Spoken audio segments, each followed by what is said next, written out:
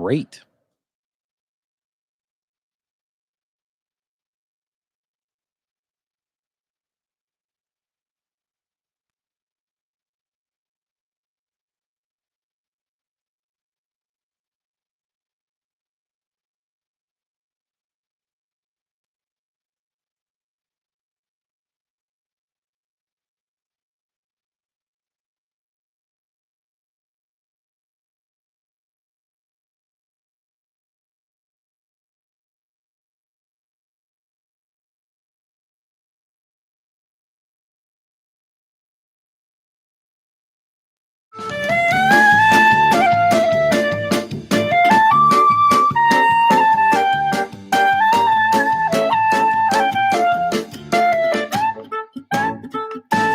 Hello, everybody, and welcome to the Jew and Gentile podcast. I am your host, Chris Katulka. I'm the Gentile of the group, and with me, my Jewish friend, colleague, brother in the Lord, Steve Herzig. Great to see you, Steve. It's always great to be here, Chris. And I should just call you a friend. You're the co-host of the program, and I'm glad that we could be together. It's a very exciting time right now. Very exciting, but you have something with co-host. Every single time we open up, the co-host is a difficult thing for you. I feel bad. I feel like you're a host. I feel like a co-host sounds like a sidekick. You're not the sidekick. We're equals here. We are equally sidekicks. Hold on.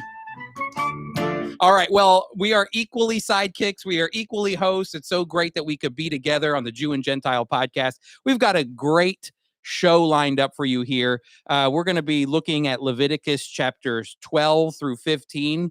So get your Bibles out if you want to continue your devotions through Leviticus 12 through 15 with us as we continue our study of Leviticus. We're going to be talking about our upcoming FOI Equip class that will go live Thursday, December 2nd. So you want to be sure to register for that. This is a class where you're going to be able to study and learn the story of Hanukkah. We'll give you information on that in a moment. And then we've got some great news about Israel and the Jewish people. And then finally, our Yiddish word of the day. Steve, how have you been? How's your day going? My day's been going great. I'm really excited about Peter Cologne teaching on tomorrow, which is Thursday, and grateful that the folks here, that'll be the 5th day of Hanukkah.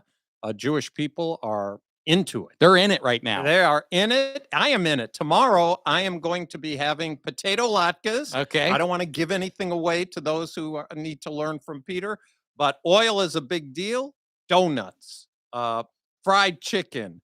We're going to have latkes, potato latkes, and my cholesterol is going to shoot up. I hope that some of those latkes make their way over here so we can give a little test, I'll have to talk to Alice Talk to the if chef. she'll do that. Alice, please send some latkes over here for all of us to share. Don't keep them for yourself. Hey, when I'm driving the kids to school, I pass by two Hanukkahs, two very large Chabad menorahs. One as I'm leaving my town in South Jersey, and one driving through the other town as I take my kids to school. And they're very large. One of the towns is Cherry Hill, which is a very Jewish town in the Philadelphia area. And I've loved every time telling the story of Hanukkah. Delivered a Hanukkah basket to one of our Jewish friends here at Friends of Israel, and he sent me an email back and talking about how thankful he was, and he knows Friends of Israel, and he knows we're truly a friend. And I wrote him back and said, just a reminder, I want you to think of something. Without Hanukkah, there's no Christmas. I haven't heard back from him. Yeah, we'll wait and see. You get pizza with him, so maybe that will spark a good conversation. I'm hoping, yes, we eat pizza together on a monthly basis, so hopefully he'll come back with some thoughts about that. I like it. Well, I want to say one more thing about Hanukkah, too. I just got a text message from a friend of ours who went through our programs here at the Friends of Israel. We have a few different programs for training in Jewish ministry and how to reach out to their Jewish community as a Bible-believing Christian. And so this friend of ours has gone through almost all of the programs.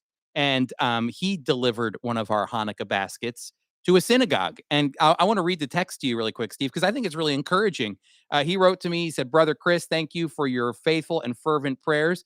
The Lord directed me directed my time with the rabbi as I was able to mention that Jesus observed Hanukkah in John chapter 10. And then he pulled out his phone and he started reading the passage out loud. I love that A story. rabbi reading John 10. But Chris, just so our listeners know, you don't have to go through Friends of Israel programs in order to wish somebody or give them a gift, a Jewish person, anyone, their neighbor, somebody you go to school with, colleague. You could do that with, you don't have to sign up for any Equip. I want them to, but they could just, hey, wish their Jewish friend a happy new year. Yep. I mean, I'm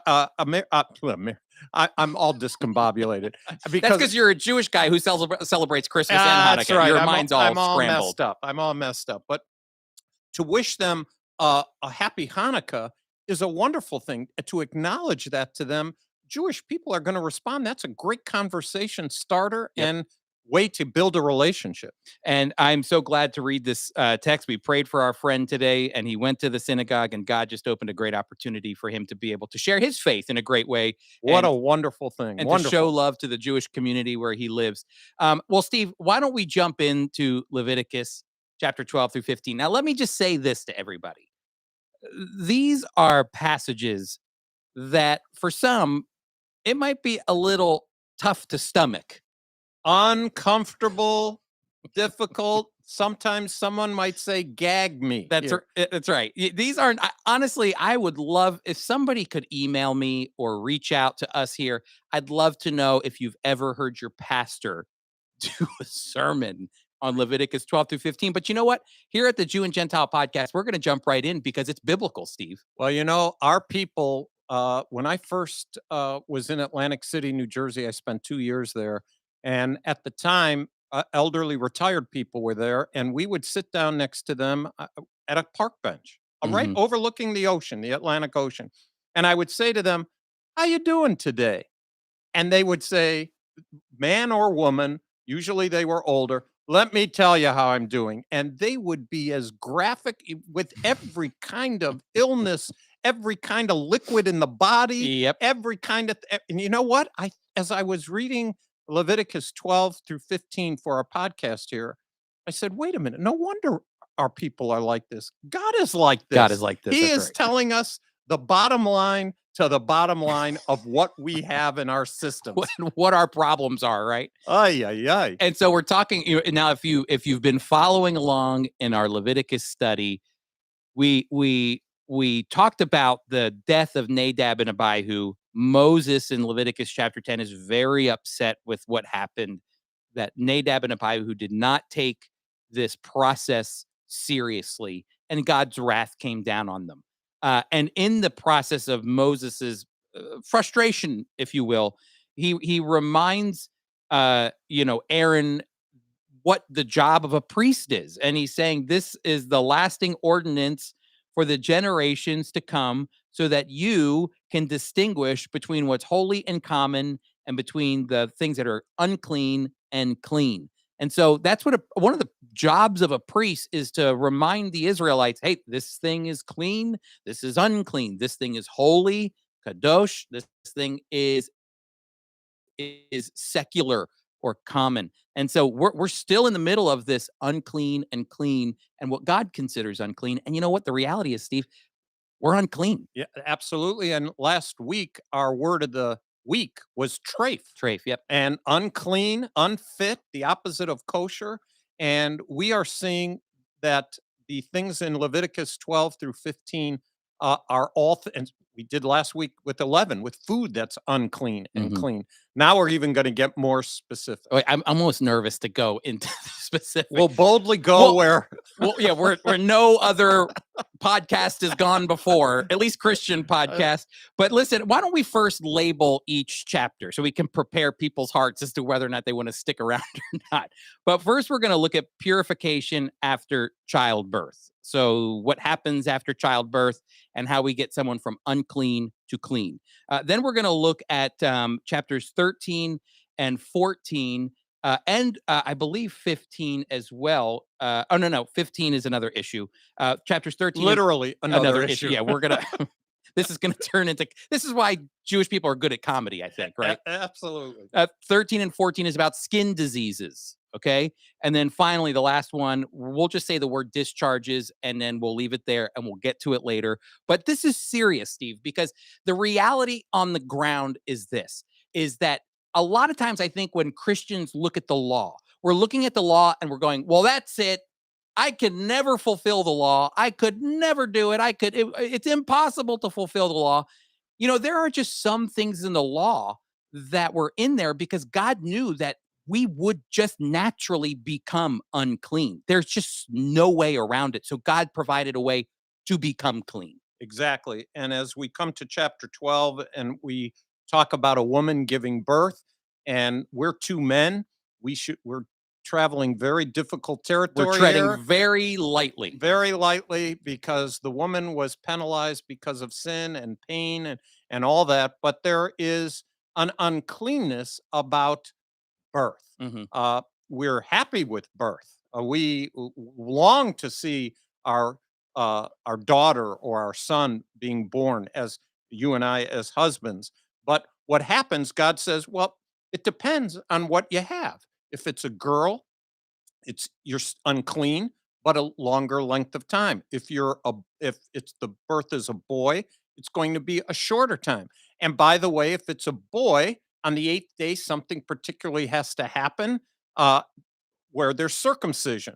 And all these things are things that God said that are under the law. But you know what we find, Chris? There's always a movement to get back to biblical. Last week we talked about kosher. Well, there's a Jewish man who wrote a book about living a biblical diet for a year, and he chronicled it. He found he was healthy. He felt great. Well, all of a sudden, if God tells you something, it's going to be good. And here on the 8th day, we talk about circumcision. When we had two boys. I have 2 girls and 2 boys, and the boys are 3 years apart. And on the 8th day, we actually went back to the hospital. I had to set it up with the doctor to get a circumcision. They want to do it within the first 24 hours. And I said, I'd rather not do that. I want to do it on the 8th day. Well, why do you want to do religious? I said, no, just biblical. I said, the vitamin K is the peak at the 8th day, and each doctor acknowledged that. Well, I'm no genius. I don't know anything. I do believe the Bible. So wouldn't you know that on the 8th day, the vitamin K for clotting is the best for giving circumcision. That's not what we're primarily talking about. We're talking about the woman being unclean. It's 7 days specifically, are real important days she's unclean. Then the 8th day is the circumcision, then 33 more days. And for the girl, it's a total of 80 days. And why this unclean? What's going on in terms of physiologically speaking? Yeah. Or why are they unclean? Yeah, it raises a great question. Like, what makes a woman unclean? I mean, I thought birth was a great, it is actually very valued. God said, be fruitful and multiply. I'm doing what you asked me to do, God. And now all of a sudden, you're considering me unclean. But if you've actually been keeping up with what is considered clean, blood becomes an issue, whether it is in animals that you're eating or something that it's in you as well. Blood is the source of life. Blood is not to be devalued. And these things can make you unclean in the process. And so God provides a way to bring you back into a realm of ritual cleanliness. And so that's the way I'm seeing the process here. We haven't gotten to Leviticus 17:11 when God really brings home the verses to why blood matters the most. But if you've been keeping up with blood, and Israelites are to honor blood. It's not supposed to be something that's taken lightly, and touching it the wrong way and can lead you to defilement and uncleanliness. And so there are things that have to be understood in light of what's going on here in Leviticus chapter 12 to understand why a woman now enters into the realm of uncleanliness. And it's not just gender specific. A woman can't just cross her arms and go, well, that's not fair. Well, you're going to find out pretty soon that a man becomes unclean as well. So God is not gender specific here. Well, he is gender specific as far as discharges are concerned. Yes. But cleanliness over discharges is a real issue. We don't like to talk about it. although I have less trouble talking about it, I feel more comfortable since God's pretty comfortable. So I'm getting a little more comfortable here. But it takes time for after a birth. Uh, Again, not being a doctor or anything like that, there's a period of time where the woman needs to be separated. Hmm. And I don't think that's only for her physical self. I think that has to do with psychology as well, Mm. and the emotional stability of after a woman gives birth. And I don't have any expertise in that, but I do realize that when a woman is bonding with her child and spending time with that child, this period of time of separation is a good thing. Mm. It's a very good thing. And there's many families when they give birth. In fact, the I don't know, are we Generation Z now? People in their 20s, Oh, I don't early even 20s? know. I don't even I know don't what know it is what they're anymore. called, but I can tell you that you and I have a friend of ours whose daughter just had a baby. And I've had other people like this where they say we want to be alone for the first week. Yeah. We don't want any parents. No, the grandparents can't come. And it's kind of hard if I'm a grandparent. You want to be there. They're only mimicking some of the very things of separation Yeah. that God is talking about. Now, for different reasons, certainly.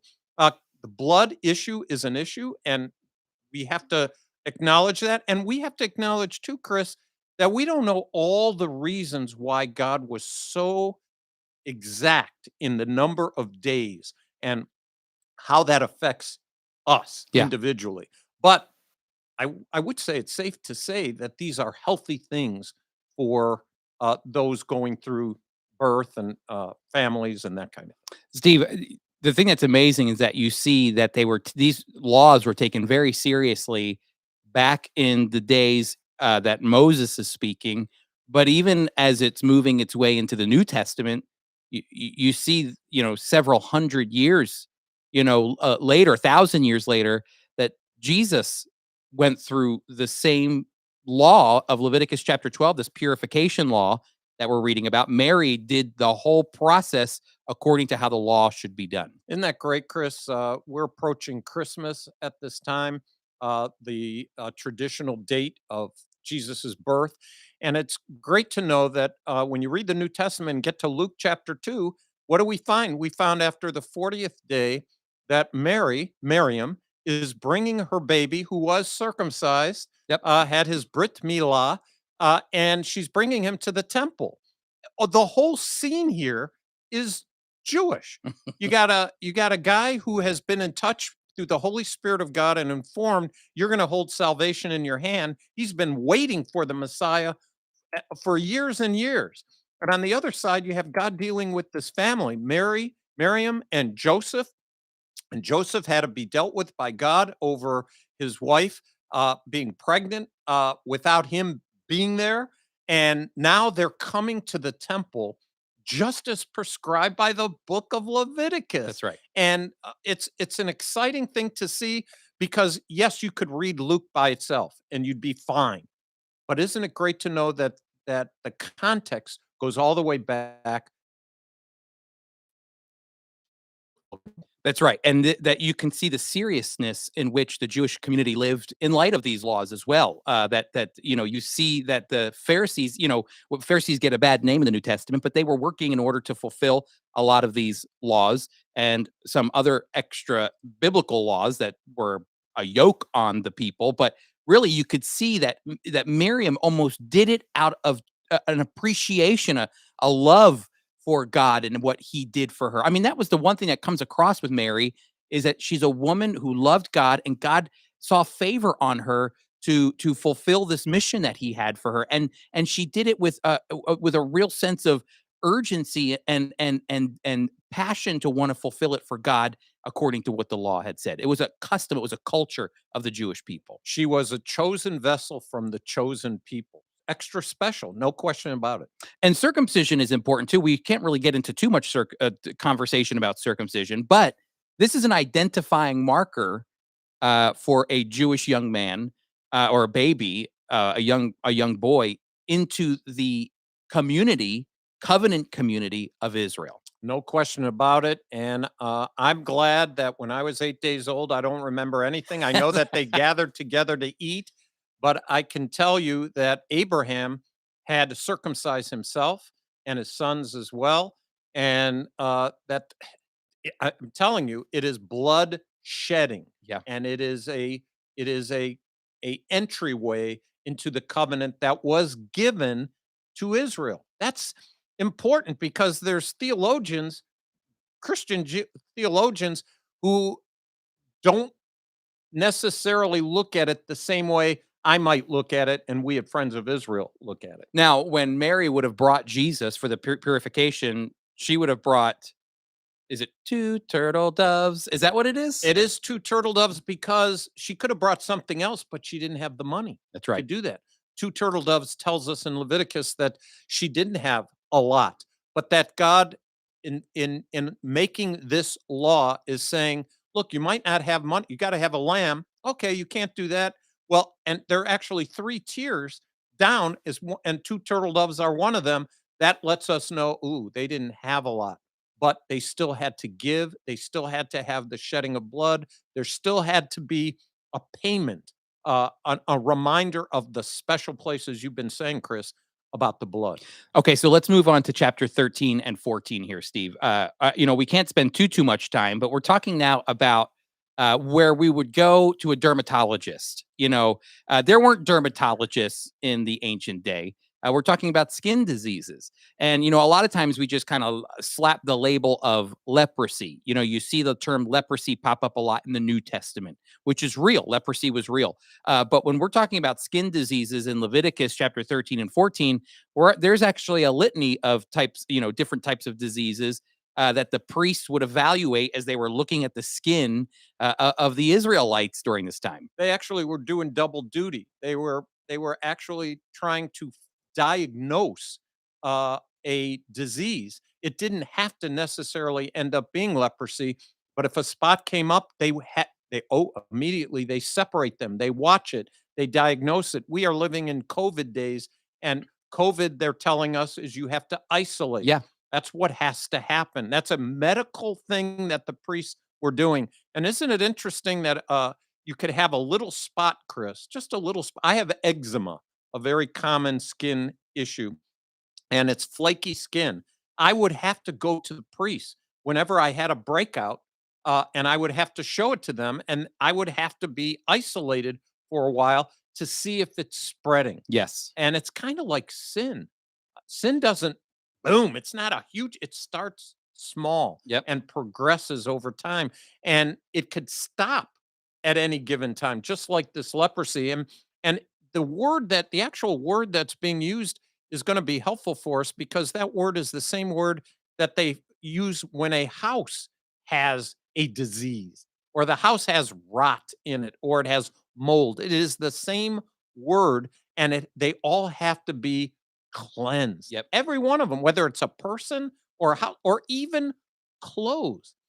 For years, the medical profession didn't wash between surgeries. You read about the Civil War and before that, and how people were dying not from the treatment, but the doctors were in Leviticus. There's constant cleansing and washing your clothes, and God is telling them that they need to be separated. They need to be cleansed with water, and that prevents further disease. I love that you brought up COVID because, again, this is that interesting relationship between the spiritual and the hygienic.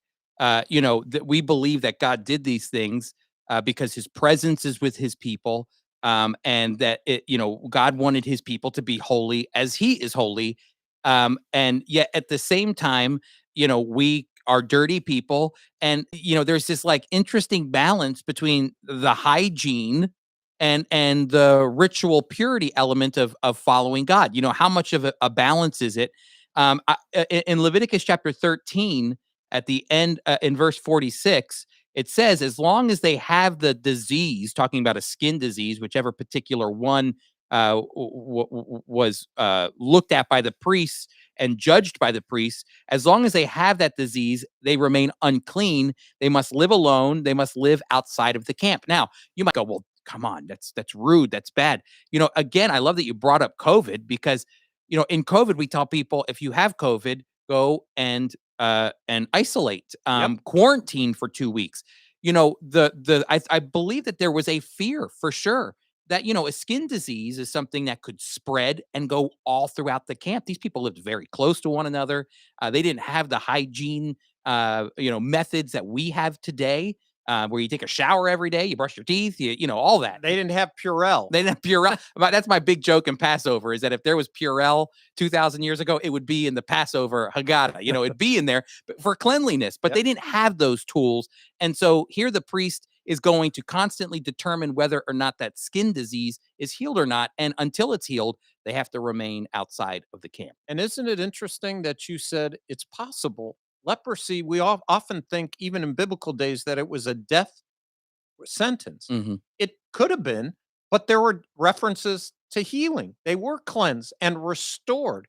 And boy, I just think of sin in general, confession of sin, cleansing of sin. That those are New Testament things that we talk about. If we confess our sin, we find that spot, we tell it to God, the great physician, the sin that we have, we confess it, and we're cleansed. That's exactly what happened when they went to the priest whose behalf, acting on behalf of God. They watch it, they make sure it doesn't spread to other people, and they monitor that person. And there were instances, many, where people ended up dying, but they stayed outside the camp and it didn't spread. And then there were some instances where they were restored back inside the camp. That's where you want to be, back inside the camp. That's a really great imagery of that picture you're talking about with sin. That the point is that God never wants you to languish outside of the camp in your own sin. The point is that you come back into restoration, into a relationship, and you see that imagery here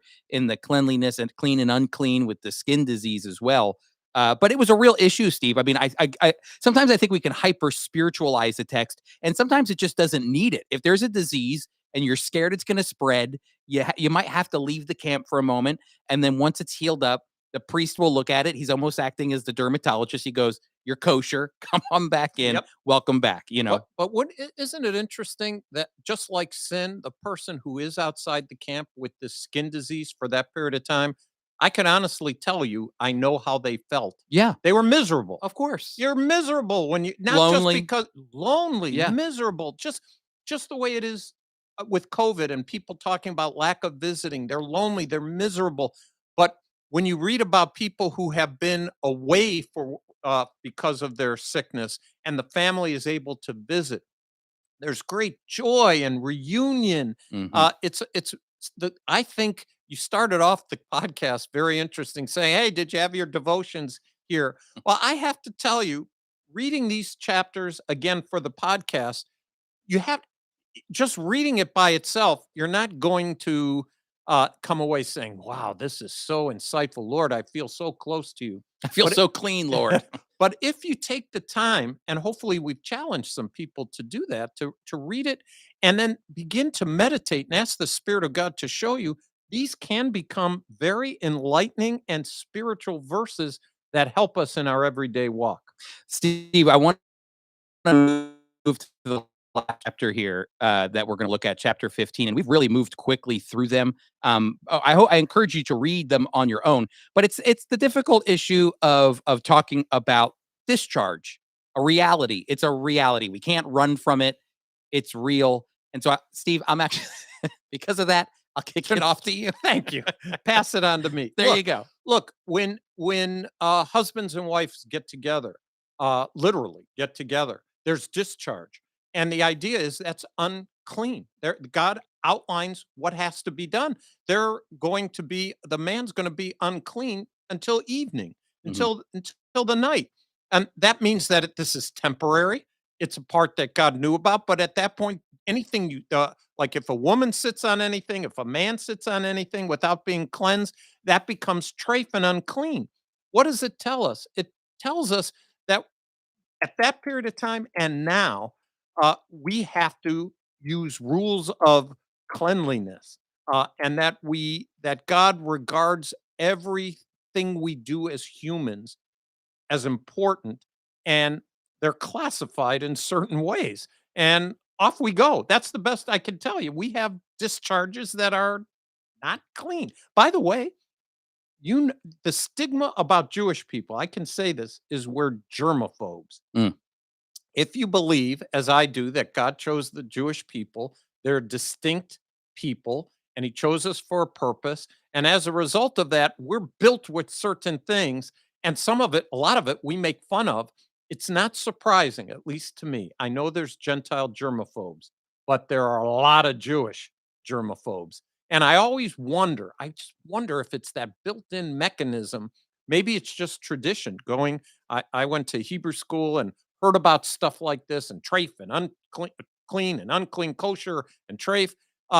And oi, this is dirty. Stay away from it. Wash it. Go get water out. All this kind of stuff. I think it comes right out of the scripture. It does, and it of course is always a difficult issue to talk about. But the reality is that God was trying to provide a way. He understood this to be something that made people unclean, but providing a way in order for them to become clean. I think that's oftentimes we look at the negative, but God is responding in, I think, a positive by saying this makes you unclean. Even this very act is going, but I'm providing a way for you to be clean. And the reality is this, and again, I can't stress it enough from Genesis 12 to 15, it's that this is just stuff that God has commanded us. God has commanded us to have children. And yet at the same time, that act makes us unclean. It does. And so in doing so, there has to be a process of cleanliness. And I'm sure that makes you very confused. It makes me confused. But the reality is that's the way that God intended it to be in a sinful world, that He provided a way for us to be clean. And, I want to, Steve, just kind of park ourselves for 1 second. I'm getting my Bible there to Hebrews. And let me make a correction. You said Genesis. Oh, it's Leviticus. Sorry, Leviticus. No problem. I'm not a proofreader, but I want to make sure our listeners know. Yeah, don't go jumping to Genesis there. That's right. But I do want to talk about this amazing connection to what Jesus did for us so that we can all leave Leviticus 12 through 15 and see that, number one, that what was going on in Leviticus was something that the Jewish people had valued and took seriously. And as a result, when Christ came, His sacrifice changes everything. And I want you to hear what it says here, because I just love it, because it fits in perfectly with Leviticus 12 through 15. The blood of goats and bulls and the ashes of a heifer sprinkled on those who are ceremonially unclean. That's what we've been talking about the whole time, whether it's after having a child, whether it's after touching a corpse, whether it's maybe having a skin disease, maybe it's after an emission of some sort, but you're ceremonially unclean. So the blood of bulls and goats sprinkled on those who are ceremonially unclean, sanctify them so that they are outwardly clean.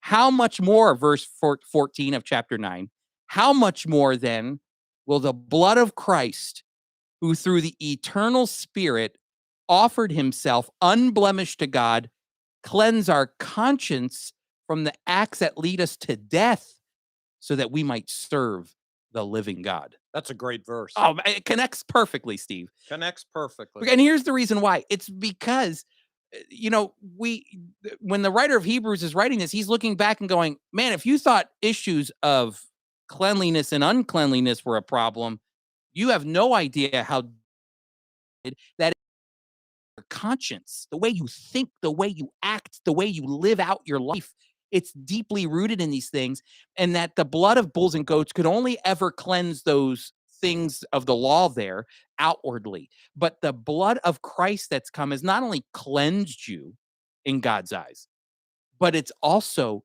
cleansed you from your conscience. And why? Not that we can go, we're free, we're free, we're free. No, it's actually so that we can say that we might serve the living God. It actually compels us to say, thank you, Lord, so much for the cleansing that goes beyond any cleansing that blood of bulls and goats can give us. Thank you so much for sending your son. I want to serve you, the living God, for the rest of my life. It's as you read that verse, I went back in my head to Leviticus. And, once a person was cleansed after they had a disease, they were to wash their clothes. They were to shave their head. They were to be totally different than what they were before. So they had different clothes. They shaved everything. And it reminds me, when we come to Christ, we're a new creature.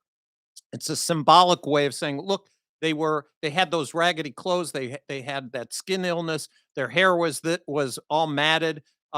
They were outside the camp. but before they come in, they cleanse themselves. They get new clothes, they shave their head, and new hair will grow. Everything will come, but it's new. And that's exactly what happens to every child of God when they're born again. They are a new creature. Old things pass away. It's a great symbol, I think. And that spurred my thinking when you read that verse. Yeah, and you're not only cleansed from your uncleanliness, your unclean acts, but you're cleansed even deeper. God does a deep clean, Steve. That's a good thing. Down to the conscience of your mind, where Satan likes to work to remind you that maybe you're not adequate, that maybe you aren't saved, that maybe you don't have the capacity to do the things that God has called you to do, that maybe you're not a good husband, or maybe you're not a good child, or where Satan gets into that conscience and he likes to twist it to force you away from God. But the beauty of what Jesus Christ has done is he's cleansed you from that you might serve the living God. That's great, Chris. Amen. All right. So, Steve, what's going on in the news? Well, one of the news items that I found actually concerns us locally here, Chris. We're in New Jersey, but right across the river is Philadelphia. And there is a museum that's right on Independence Mall. That's a Jewish museum. And it opened in 2010. But right before COVID, it went under. It was economically hurt. It had nothing to do with COVID, but they closed because of their economic hardship. And the headline is Philadelphia's Jewish Museum is emerging from bankruptcy. And this is good news. I've been to that museum when it first came out. It's a great place. My wife and I joined the museum. It's devoted to the Jewish experience in America. It's right by the Constitutional Center down there. It's right by the Liberty Bell. It's in a great location, and it gives opportunity for people to understand and learn about the Jewish people. And one man stepped forward and donated enough money to cover a $30 million debt. And so that's going to reopen. The court system, according to the article, went through bankruptcy court. Everybody's satisfied. Several of the debtors have been paid, and they have a fresh start. And I'm hoping, really, for those of you on the East Coast, if you ever get a chance, once it opens up again, which I think will be the beginning of next year, it's a great way to learn real quick and get a visual of the Jewish experience. It's a wonderful thing. Steve, anytime I go in there, they have that free section down at the bottom. You have to pay to get into the museum, but they have like a free area in the lobby that you can walk around in. And they're just some great little treasures that are down in the lobby there. I think there, if I remember correctly, there's a pipe that Albert Einstein would puff from. There is Irving Berlin? Irving Berlin, yep. Who wrote... Not Irving, Irving. Irving Berlin. Stretching myself here. I like that. A little Gentilized of Irvin. Okay, Irving Berlin. There you go. He is the Jewish composer who wrote White Christmas. Correct. And I believe his piano is in the lobby there, which I've always enjoyed seeing. And there's so many other fun... I don't know if you remember... But what do I remember? I remember the little restaurant it was fantastic. We actually took a couple of people to that to expose the Jewish food. It's a great place. So I'm glad to hear that it's getting back on its feet. That's great. So the second item that we have is a little less happy, but it's encouraging at the same time. This is from Israel Hayom. University of Toronto Student Union bans pro-Israel's kosher caterers. What is this? This is actually about a student union which says that if you're going to cater kosher food, they cannot be supportive of Israel. That because Israel is an apartheid state. So the institution itself, the president of the institution, said this: a requirement that provides of the apply to the exemption, food as a religious exemption, accommodation be required, is well, let me just summarize it here, is unacceptable. The idea is the president is saying this requirement is unacceptable because kosher is Jewish. It's Jewish. And so you can't separate them liking Israel and being Israeli and kosher. The two go together. And so I think that's significant. And the school has stood with uh, against this litmus test. And there's a number of, let's see, the Scarborough Campus Student Union of the University of Toronto passed the motion last week pledging to exclusively order from kosher caterers who do not normalize Israel apartheid. I'm going to tell you, it's this kind of nonsense, because this is the student union that's doing this. And this kind of nonsense makes me very worried about who's coming out of college, what they're learning in college. I mean, they're being indoctrinated in college to the point now where they're taking the things that they're learning from professors at these left universities, and they are talking about the fact that they wouldn't allow a Jewish caterer to come cater food because that person may or may not support Israel, which is something straight out of you would think Nazi Germany, that they were labeling these people Jewish, and you have to be Jewish and now decide whether or not you like the only Jewish state in the world. Columbia University last year became the 44th school to approve BDS resolution. But listen to what the school said. I messed it up when I read that first time. Whether SCSU, that's the student union, likes it or not, Israel is an essential part of Jewish identity. And they do not have the right to tell Jewish students how to practice Judaism on campus. Yeah. And it just highlights, and the reason we bring it up, it highlights just where we are as a culture in North America and around the world. Can I say too, it also opens the door to the conversation about how we talk about anti-Zionism and anti-Semitism, because a lot of people go, no, I can hate Israel. I love Jewish people, but I hate Israel. You can't say that. A lot of people like to say, no, I can comfortably separate Israel from the Jewish people. I can rip the two apart. I love Jewish people. I hate Israel. Well, they're not doing that here, Chris. That's what I'm saying. No matter what happens in all of these cases where people try to say I'm anti-Zionist, but I like the Jewish people, it always finds its way from hating Israel into hating the Jewish people. Because what ends up happening? So that Jewish person says, "Oh yeah, I'm a caterer and I like Israel."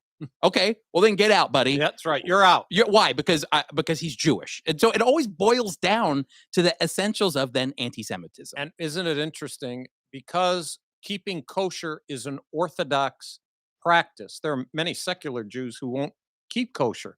So it would be hard to find a person who's interested in kosher laws who's not interested in Israel. Much easier to find a Jewish person not interested in Israel. There are some. Israel has them in their own, Israeli Jewish people against Israel, but they don't usually keep kosher. That's right, exactly. Because they don't care that God chose the Jewish people. They don't care about the land. So the idea of making a distinguishing between kosher and Israel is a real problem. Yeah, my goodness, Steve, we could go on here forever. But when when you were talking about that, you'd be hard pressed, like you're saying, to find a religious Jewish guy that goes, "Hey, you know what? You're right.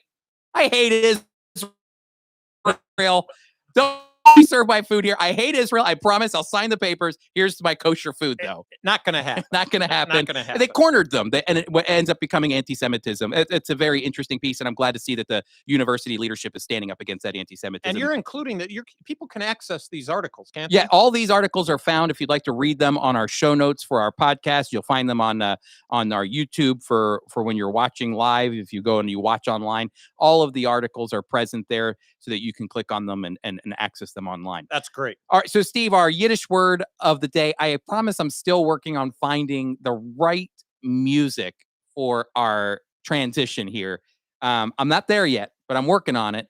But Yiddish word of the day, take it away, Steve. Oh, Chris, I love this word. It's a word that I've heard my whole life, and it's a word that actually from the Torah.